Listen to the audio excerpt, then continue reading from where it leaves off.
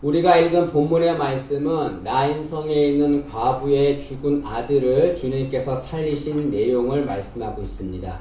11절 말씀에 보면 주님께서 제자들과 무리들과 함께 나인성으로 가셨다라고 말씀하고 있습니다. 나인성은 인구가 몇백 명 살지 않는 작은 곳입니다. 이 나인이라고 하는 이름의 뜻은 아름답다라는 뜻이죠. 그래서 그 나인성은 그 이름처럼 굉장히 살기 좋은 것이었다라고 말합니다. 그런데 이 나인성에 문제가 생겼습니다. 이것은 뭘 말합니까? 세상에 아무리 아름다운 곳에도 문제가 있다는 것을 말하죠. 하나님께서 이 세상에 세우신 것이 두 가지 있습니다. 가장 아름다운 거죠. 하나는 가정이고 하나는 교회입니다. 그럼 가정이 얼마나 아름답습니까? 그런데 그 아름다운 가정에도 문제가 있습니다, 여러분. 교회도 주님이 세우신 곳이기 때문에 아름다운 곳이에요. 그런데 교회에도 문제가 있습니다. 문제 없는 교회가 없습니다. 어떤 사람은 가정에 문제가 있어서 가정을 뛰쳐나갑니다. 어떤 사람은 교회에 문제가 있어서 신앙을 포기하고 맙니다. 그러나 여러분, 아무리 아름다운 곳도 문제가 있다는 것을 알아야 됩니다. 때문에 가정에 문제가 있어도, 또 교회에 문제가 있어도, 또는 내가 있는 곳에 문제가 있어도, 세상이기 때문에 문제가 있구나라고 생각하는 우리가 되어야 될 줄로 믿습니다. 이 주님께서 그 제자와 무리들과 함께 나인성에 들어가셨는데, 그 나인성에 들어갈 때 그 나인성에서 나오는 이들이 있었습니다. 여러분, 주님의 행렬은 지금 나인성으로 들어가고 있어요. 그런데 그 나인성에서 관을 매는 행렬들이 나인성 밖으로 나오고 있다라고 말하고 있습니다. 여러분, 한 행렬은 나인성으로 들어가고, 주님의 행렬은 나인성으로 들어가고, 한 행렬, 관을 맨 행렬은 나인성에서 나옵니다. 이것은 뭘 말합니까? 여러분, 나인성으로 들어가는 주님의 행렬과 나인성에서 나오는 관을 매는 행렬, 그 차이점은 무엇입니까? 관을 메고 나오는 이들은 죽음의 행렬인 거죠, 여러분. 관을 들었다고 하는 것은 누군가 죽었다는 걸 말하지 않습니까? 그러나 주님의 행렬은 생명의 행렬입니다. 주님이 가는 곳에는 다 죽은 자가 살아난 역사가 일어났습니다. 그것은 뭘 말합니까, 여러분? 본문이 우리에게 말하는 것은 주님을 따르는 자에게만 생명이 있다는 걸 말하는 거죠. 주님을 따르는 자에게는 생명이 있지만 주님 외에 다른 것을 따르는 것에는 생명이 없다는 것을 말씀하고 있습니다. 요한복음 5장 12절에 이렇게 말합니다. 아들이 있는 자에게는 생명이 있고 하나님의 아들이 없는 자에게는 생명이 없느니라 라고 말씀하고 있습니다. 여러분, 우리가 꼭 기억해야 될 것이 있습니다. 생명은 누구에게만 있는가? 생명은 오직 주님에게만 있다. 그것을 우리가 기억해야 될 줄로 믿습니다. 때문에 우리는 누구를 따라야 되는가? 세상을 따르는 것이 아니라 주님만을 따르는 우리가 되어야 될 줄로 믿습니다. 여기 관을 메고 사람들이 나인성에서 나왔습니다. 그런데 그 관에 죽은 자가 있었는데 그 자는 12절 하반절에 보니까 한 어머니의 독자였다라고 말합니다. 독자였다고 하는 것은 하나밖에 없는 외아들이라는 걸 말하죠. 그런데 이 죽은 자의 어머니는 어떤 자였냐면 과부였다라고 말해요. 그럼 과부가 어떤 자입니까? 남편이 죽어서 없는 여인을 과부라고 말하잖아요. 여러분, 이 여인을 한번 생각해 보세요. 이 여인은 이 아들이 죽기 전에 먼저 남편이 죽었어요. 남편이 죽어서 그 남편의 관을 메고서 나인성 밖으로 나온 적이 있었습니다. 그런데 그 남편의 관을 메고 나인성 밖에 나온 이 여인이 이제 누구를 의지하며 살겠습니까? 하나밖에 없는 아들. 그 아들을 바라보며 의지하며 살았을 것입니다. 그 여인의 소망은 그 아들밖에 없는 거죠. 유일한 소망, 유일하게 의지하는 대상, 그것이 아들입니다. 그런데 그 아들도 지금 죽어서 관에 매어 밖으로 나오고 있는 상황이 되고 있습니다. 여러분, 이 여인은 과부입니다. 과부는 그 당시에는 혼자 힘으로 살기가 굉장히 어려운 상황이 있습니다. 이 여인은 살 길이 막막했습니다. 어쩌면 이 여인은 아들을 장례 치른 후에 자신도 죽으려고 했을지 모르겠습니다. 그런 여인을 주님께서 보셨습니다. 그리고 그 여인을 주님이 불쌍히 여기셨다라고 말씀합니다. 13절 말씀해 보시면 주께서 과부를 보시고 불쌍히 여기사라고 말하고 있습니다. 여기 불쌍히 여겼다라고 하는 말이 무슨 뜻이냐면 주님께서 여인과 같은 마음을 가졌다, 그런 말입니다. 여러분 지금 여인의 마음이 어떤 마음이겠어요? 남편이 죽었습니다. 이제 하나밖에 없는 아들이 죽었어요. 그 관을 메고 나가는 거예요. 얼마나 고통스럽겠습니까? 창자가 뒤틀려지는 그 고통의 마음일 것입니다. 주님께서 그 여인이 느끼는 그 고통의 마음을 똑같이 느끼신다라고 말씀하고 있습니다. 주님은 우리와 같은 마음을 가지십니다. 우리가 기뻐할 때 주님은 같이 기뻐하시는 거예요. 우리가 괴로워할 때 같이 괴로워하시고 고통당할 때 주님은 같이 고통당하십니다. 혹자는 이렇게 말합니다. 주님은 내가 당하는 아픔을 모르실 것이다 라고 말한 자가 있습니다. 아니요. 주님은 우리가 당하는 고통, 내가 당하는 아픔, 주님은 똑같이 당하고 계십니다. 여러분, 내가 힘들고 어려울 때 나만 고통스러워하는 거 아니에요. 나처럼 똑같이 고통스러워하는 분, 그분 예수님이 계십니다. 여러분, 힘들고 어려울 때 나 혼자 외로워하지 말고 고통스러워하지 말고 나와 함께 고통을 당하시는 그 주님 바라보는 우리가 되기를 간절히 소망합니다. 여러분, 여기 주님이 이렇게 그 여인과 같은 마음을 가졌어요. 이것을 공감이다라고 말하고 있습니다. 우리도 이 주님처럼 공감하는 마음을 가져야 합니다. 세상에 살아가는데요, 사람들 중에서 공감 능력이 없이 사는 자들이 있습니다. 그런 사람은 누가 기쁜 일이 있어도 아무런 반응이 없어요. 누가 슬픈 일이 있어도 절대로 공감하지 않습니다. 얼마나 불쌍합니까, 여러분? 가정에서도 이런 자들이 있어요. 가정에서 가족끼리인데도 공감이 없어요. 부모가 외롭고 힘들어도 자식이 이걸 알아주질 않습니다. 자식이 힘들어도 부모가 알아주질 않아요. 공감이 없는 겁니다. 교회 안에서도 마찬가지예요. 여러분, 교회 안에서 다 주님을 구주로 믿고 영접하고 모인 사람들인데도 불구하고 누군가 아파하고 괴로워하고 있으면 거기에 관심을 갖고 기도하고 같이 협조해야 되는데 전혀 그러질 않습니다. 누가 아파도 괴로워도 기뻐도 전혀 관심을 갖고 있지 않습니다. 여러분, 그 사람은 생각하기에 나는 저 사람들과 상관없이도 혼자 살 수 있어 라고 하는 거겠지요. 그러나 돌이켜보면 그 사람 자체가 외로운 겁니다, 여러분. 그런 자들은 외로운 자들이죠. 여러분, 우리가 모두 주님처럼 이렇게 공감하는 마음 갖기를 간절히 소원합니다. 여러분, 우리 교회 안에 지금 해봤자 20-30명인데요. 많지 않은 성도들입니다. 그런데 성도들마다 각자 다 문제가 있어요. 아픔이 있고 기쁨이 있고 다 있습니다. 그런데 아무도 그에 관심을 갖지 않습니다. 여러분, 세상 사람들도 누군가 아프고 힘들면 같이가 위로해 주는 것이 세상이거든요. 교회에서는 그보다 더 해야 되지 않겠습니까? 우리 모두가 다 공감하는 그런 마음 갖는 성도가 되기를 간절히 소원합니다. 주님께서 그 과부를 불쌍히 여기셨어요. 그리고 과부에게 딱 한마디 하셨습니다. 그게 뭐냐면 13절 하반절에 보니까 울지 말라라고 주님께서 말씀하셨습니다. 여러분, 지금 여인의 상태를 보세요. 지금 소망이었던 아들, 유일하게 의지했던 아들, 그 아들이 지금 죽었습니다. 그 아들이 죽었기 때문에 그 아들을 바라보면서 슬퍼하는 것은 당연한 것이겠지요. 혹자는 이렇게 말합니다. 신앙인이 장례식장에서 우는 것은 믿음 없는 짓이다 라고 말하는 사람이 있습니다. 여러분, 그렇지 않습니다, 여러분. 신앙인들도 슬플 때 울어야 되는 거죠, 여러분. 이 여인 죽은 아들 바라보고 얼마나 마음이 아프겠습니까? 한없이 울었겠지요. 그런데 주님께서는 그 여인에게 울지 말라라고 말씀하고 있습니다. 왜 주님께서 울지 말라라고 했을까요? 그것은 주님께서 그 죽은 아들을 살려줄 것이기 때문에 그렇습니다. 주님께서 여인에게 울지 말라라고 하는 말은 여인아, 내가 내 아들을 살려줄 테니까 울지 말라. 네 아들 살아날 것이니까 울지 말라. 그렇게 말씀하는 거죠.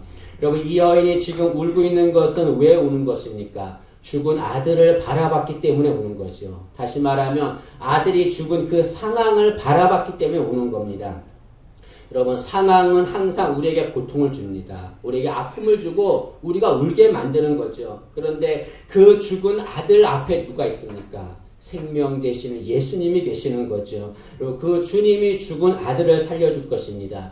여러분, 그 여인은 누구를 바라봐야 합니까? 죽은 아들, 그 상황을 바라보는 것이 아니라 그 죽은 아들을 살리시는 주님, 생명의 주님, 그 주님을 바라봐야 될 것입니다. 그러면 울지 않게 될 것입니다. 우리도 마찬가지입니다. 인생 살아가면서 이 여인처럼 어려운 상황을 만날 때가 많습니다. 그런데 그 상황을 바라보면 답이 없어요. 너무나 고통스럽고 때문에 그걸로 인해 좌절하고 절망하게 됩니다. 그러나 여러분, 그 고통 가운데 계시는 분이 계십니다. 그분이 바로 주님이십니다. 여러분 우리는 상황을 바라보는 것이 아니라 주님을 바라봐야 될 줄로 믿습니다. 주님 바라보면 주님께서 그 여인에게 울지 말라 내가 살려줄 것이다 라고 말씀하신 것처럼 우리에게도 말씀할 줄로 믿습니다. 그리고 또한 주님께서는 여인뿐 아니라 죽은 여인의 아들에게도 한마디 하셨습니다. 14절 하반절에 보니까 주님께서 그 죽은 여인의 아들에게 청년아 내가 네게 말하노니 일어나라 라고 말씀하고 있습니다.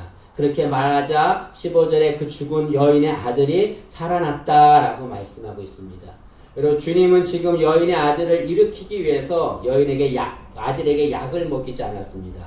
그 아들을 치료하지도 않았습니다. 단지 말씀만 했어요. 말씀만. 이것은 뭘 말합니까?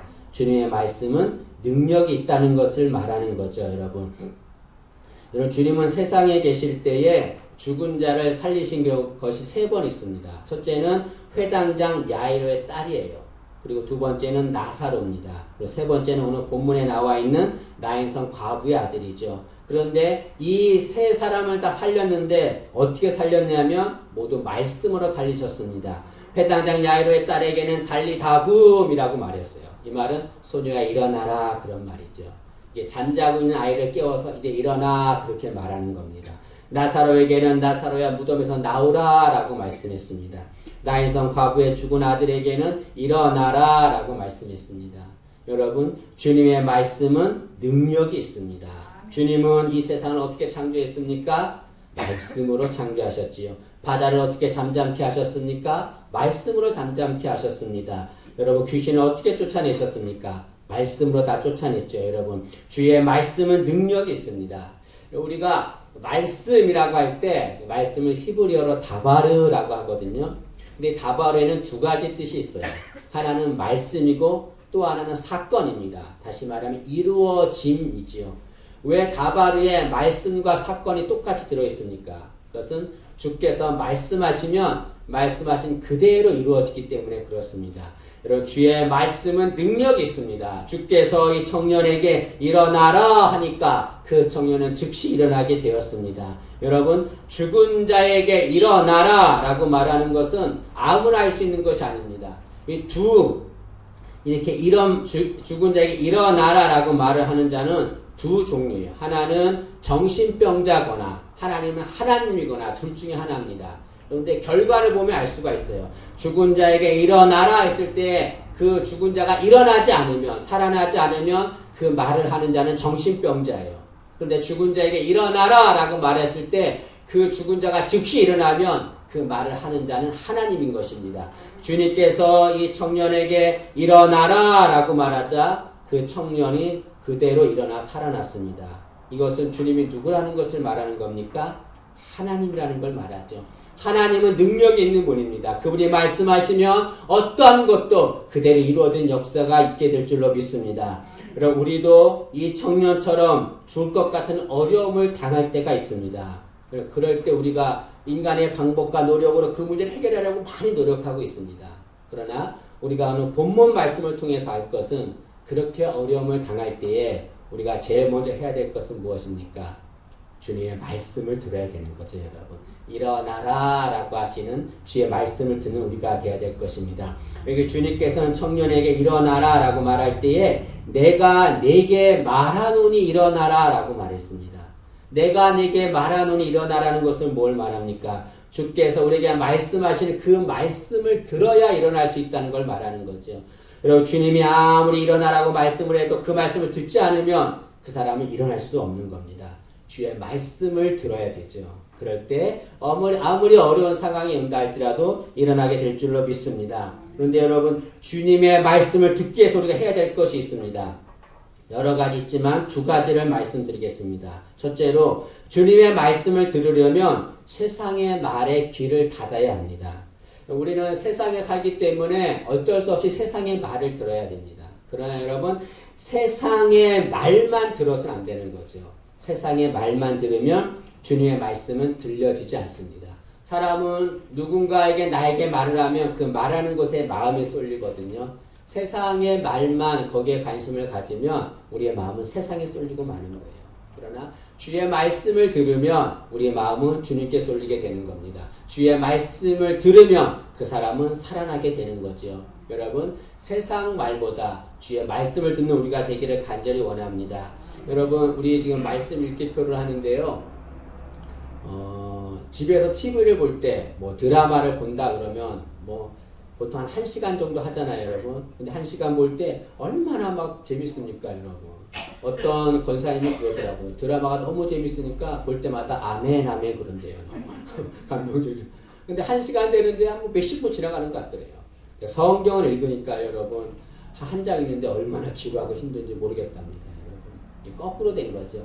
우리는 세상 말에 너무나 거기에 쏠려 있어요. 세상의 말에 너무 쏠려 있으면 주의 말씀을 들을 수가 없습니다. 우리는 세상의 말에 귀를 닫아야 합니다. 그래야 주의 말씀을 듣게 될 줄로 믿습니다. 또한 주의 말씀을 듣기 위해서는 말씀이 있는 자리로 나와야 합니다. 여러분, 신앙생활을 오래 했다고 해서, 직분이 높다고 해서 그런 자가 주의 말씀을 들을 수 있을까요? 그렇다고 해서 말씀이 들려지는 것이 아닙니다. 주의 말씀을 들으려면 어디로 나와야 하냐면 말씀이 있는 자리로 나와야 되는 거죠. 제가 신학 초년생 때, 그때가 1991년도, 그때인데 90년대인데요. 저는 신학 초년생 때 기도원을 참 많이 다녔습니다. 뭐 산기도도 가고 그랬는데, 요 근처에 옆에 오살리 기도원이 있잖아요. 오살리 기도원을 제가 막 수시로 갔었어요. 근데 제가 초창기 신학생 때 갔을 때는 사람들이 엄청 많이 모였습니다. 말씀 들으려고 겨울에 가면요, 겨울에도 그때는 이 큰 예배당, 거기를 공개, 개방했어요. 거기다 잠자게 했습니다. 근데 자리 잡고 잠을 자다가 잠깐 화장실 가잖아요. 누가 제자리에 누워있어요. 그럼 어떻게 합니까? 못 자는 거예요. 그래서 계단에 앉아서 잠바 입고 쪼그려서 이렇게 잤습니다. 그리고 말씀을 들었어요. 사람들이 엄청 많이 모여서 말씀을 들었습니다. 그러면 또 누가 부흥회 한다 그러면은 진보다리에 싸들고 교회 왔어요. 그냥. 교회에서 먹고 잤어요. 그냥. 그리고서 며칠 동안, 일주일 동안에 교회에서 생활하면서 부흥회에 참여했습니다. 그런데 몇 년이 지나서 제가 오살리 기도원에 가보면 너무나 깜짝 놀랐어요. 그 큰 예배당이 얼마나 큰지 몰라요. 우리나라에서 제일 크다고 하잖아요. 근데 거기에 목사님이 예배를 인도하는데 참석한 사람이 200명도 안 돼요, 여러분. 제가 세봤어요, 이렇게 200명. 이렇게 말씀을 듣는 사람이 없구나라고 생각했습니다. 생활이 좋아져서 그런지 어쩐지 모르겠지만, 우리가 정말 주의 말씀을 듣기 위해서는 어떻게 해야 됩니까? 말씀이 있는 자리로 가야 돼요, 여러분. 말씀이 있다 그러면 무조건 달려가야 돼요. 달려가서 그 자리에 앉아야 돼요. 앉아서 그 말씀을 들어야 합니다. 그래야 주의 말씀이 들릴 수가 있습니다. 여러분, 주의 말씀을 들을 때 그 들려진 모든 말씀이 다 내게 들어오는 건 아닙니다. 그 들려진 말씀 가운데서 한마디 말씀 내게 들려오고 그 말씀이 나를 살리는 거예요, 여러분. 여러분, 우리 모두가 다 말씀이 있는 곳에 달려가길 원합니다. 그래서 늘 말씀을 듣기를 원합니다. 여러분, 주님께서 청년에게 한마디 말씀했어요. 청년아, 일어나라! 그 한마디 말이 그 청년을 살린 겁니다.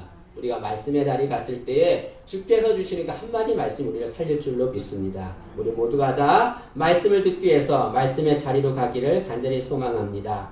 그리고 오늘 본문에서 한 가지 은혜되는 말씀이 있습니다. 그것은 주님께서 그 청년에게 일어나라 라고 말씀하실 때에 그냥 말씀하신 것이 아니라 그 청년이 죽은 관에 손을 대시고 말씀하셨다라고 말합니다.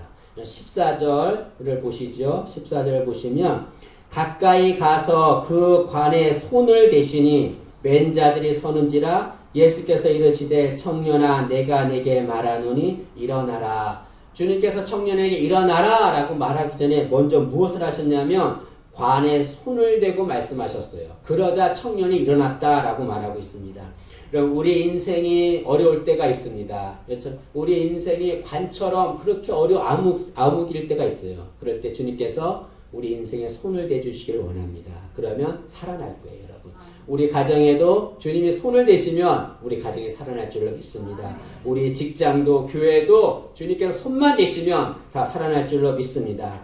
여러분, 주님이 관에 손을 대었다라고 하는 것은 그 죽은 시체에 손을 대었다는 것을 말합니다. 근데 그 당시의 율법에는 죽은 시체에 손을 대면 부정한 짓이다 라고 생각했어요. 그래서 죽은 시체에 절대로 손을 대지 않습니다.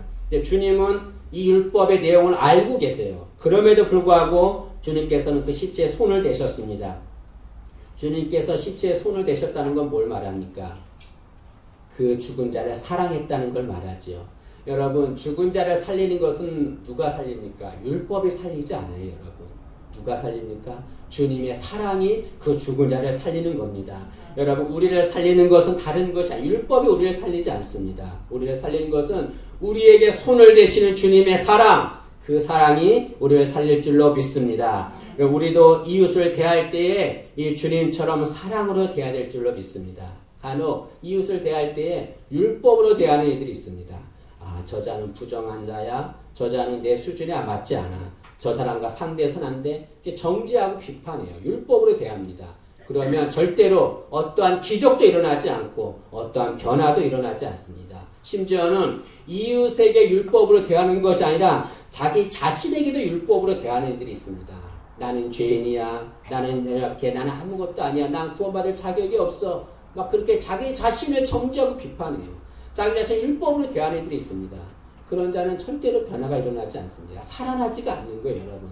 이웃을 사랑하고 내 자신을 사랑해야 돼요. 그럴 때 그 사랑하는 곳에 하나님께서 만져주심의 역사가 일어나게 될 줄로 믿습니다. 여러분 기적과 변화가 일어나려면 사랑으로 대해야 돼요. 주님처럼 사랑으로 대해야 됩니다. 주님처럼 주께서 관에 가까이 가서 손을 대셨던 것처럼 우리도 가까이 가서 그들을 만져주어야 돼요. 그럴 때 그들이 살아나게 될 줄로 믿습니다. 이렇게 죽은 청년이 살아났어요. 그러자 사람들이 그 상황을 다 보고 나서 찬양을 합니다. 뭐라고 찬양하냐면 16절에 나와 있습니다. 16절을 보시면 모든 사람이 두려워하며 하나님께 영광을 돌려 이르되 큰 선지자가 우리 가운데 일어나셨다 하고 또 하나님께서 자기 백성을 돌보셨다 하더라. 여기 백성들이 뭐라고 말하냐면 하나님께서 자기 백성을 돌보셨다라고 말합니다. 여기 돌보셨다라고 하는 말이 참 은혜로운 말입니다. 이 돌보셨다라고 하는 말은 찾아오셨다 그런 말이지요. 여러분 주님은 우리가 문제가 있을 때 가만히 계시는 분이 아니에요. 우리가 문제 있을 때에 우리를 찾아오시는 분입니다. 찾아오셔서 우리를 살리시는 분이죠. 여러분 주님께서 이 나인성에 들어가셨는데 언제 들어가셨냐면 11절을 보시죠. 11절 상반절에 보시면 그 후에 예수께서 나인이란 성으로 가실새 제자와 많은 무리가 동행하더니 나중에 집에 가시면 볼펜으로 그 후에 이렇게 동그라미를 치면 됩니다. 그 후에 주님께서 나인성으로 들어가셨어요. 그 후가 언제입니까? 그것이 1절부터 10절까지 나오는 내용입니다. 그 후가 백부장의 하인을 고쳐주신 그 후를 말하는 겁니다. 주님께서는 가버나움에서 백부장의 하인을 고쳐주셨습니다. 그리고 주님께서 쉬지 않으시고 곧장 나인성으로 가신 거예요. 그럼 가버나움에서 나인성까지는 40km입니다. 하루길 되는 거리예요. 주님께서는 피곤한 몸임에도 불구하고 쉬지 않고 곧장 나인성으로 찾아가셨습니다. 왜 그렇습니까? 그 나인성에 주의 도우심을 필요로 하는 죽은 아들이 있기 때문에 그렇습니다. 주님은 그를 살려주기 위해서 자신의 피곤한 몸을 다 제치고서 그 도움을 필요로 하는 그 한 사람을 위해서 주님께서 나인성으로 가신 겁니다. 마찬가지로 주님도 우리가 어려움을 당할 때 외면하지 않으세요. 주님께서는 당신의 몸보다 우리를 더 염려하셔서 우리를 찾아오셔서 우리를 살려줄 줄로 믿습니다. 그럼 어떤 사람은 이렇게 말합니다. 주님 내가 지금 이렇게 힘들고 어려운데 왜 나를 찾아오지 않습니까? 왜 나를 도와주지 않습니까? 라고 말하는 이도 있습니다. 아니요. 주님께서는 우리를 찾아와 도움을 줄 때에 가장 정확한 때에 우리를 찾아와 도와줄 것입니다. 여러분 12절 말씀을 보세요. 12절에 보시면 성문에 가까이 이르실 때에 사람들이 한 죽은 자를 메고 나오니 여기 보니까 주님께서 제자와 백성들과 함께 성문에 가까이 이를 때에 그때에 성에서 관을 들고 사람들이 나왔다라고 말합니다. 주님께서는 언제 그때 가셨냐면 그 무리들이 관을 메고 나올 그때에 맞춰서 가신 거죠. 여러분 주님께서 조금만 늦게 갔다고 한다면 이 관을 맨 사람들은 무덤에 가서 그 관을 매장했을 것입니다. 주님께서는 우리를 찾아와서 도움을 줄 때에 정확한 때에 오셔서 우리를 도와주십니다. 여러분 내가 지금 힘들고 어려워서 하나님 왜 나를 도와주지 않습니까? 왜 나를 돌아보지 않습니까? 라고 원망하고 불평하는데 여러분 그건 어리석은 짓입니다. 주님이 우리의 모든 염려를 다 알고 계세요. 나인성에 죽어가는 한 사람을 살리기 위해서 40km를 마다하지 않고 찾아가신 주님이십니다. 가장 정확한 때에 그 아들이 무덤에 들어가기 전에 그 아들을 찾아가신 주님이십니다. 주님이 우리의 염려를 아시고 가장 정확한 때에 우리를 찾아올 줄로 믿습니다. 우리를 찾아오셔서 주님께서 그 여인에게 말했던 것처럼 울지 말라라고 말씀하실 것입니다. 정확한 때에 찾아오셔서 그 청년에게 일어나라 라고 말씀하실 것입니다. 여러분, 내가 지금 힘들고 어려움이 있다고 한다면 다른 거 바라보지 말고, 상황 바라보지 말고 주님 바라보기를 원합니다. 주님 찾아오실 것입니다. 찾아오셔서 울지 말고 일어나라 라고 말씀할 줄로 믿습니다. 우리 모두가 다 그 음성 듣고 일어나기를 간절히 소망합니다. 기도하겠습니다. 살아계신 주님, 은혜를 감사합니다. 인간의 힘으로 살릴 수 없는 죽은 한 아들을 주님이 찾아가셔서 살려주셨습니다. 우리 인생도 이와 같습니다. 우리 힘으로 아무것도 할 수 없는 그런 어려운 상황이 있는데 주님께서 우리를 찾아오셔서 울지 말고 일어나라 말씀할 줄로 믿습니다. 주의 말씀을 듣게 하시고 그 말씀 듣는 우리 모두가 다 일어날 수 있도록 은혜를 더하여 주옵소서. 감사드리며 예수님의 이름으로 기도합니다. 아멘.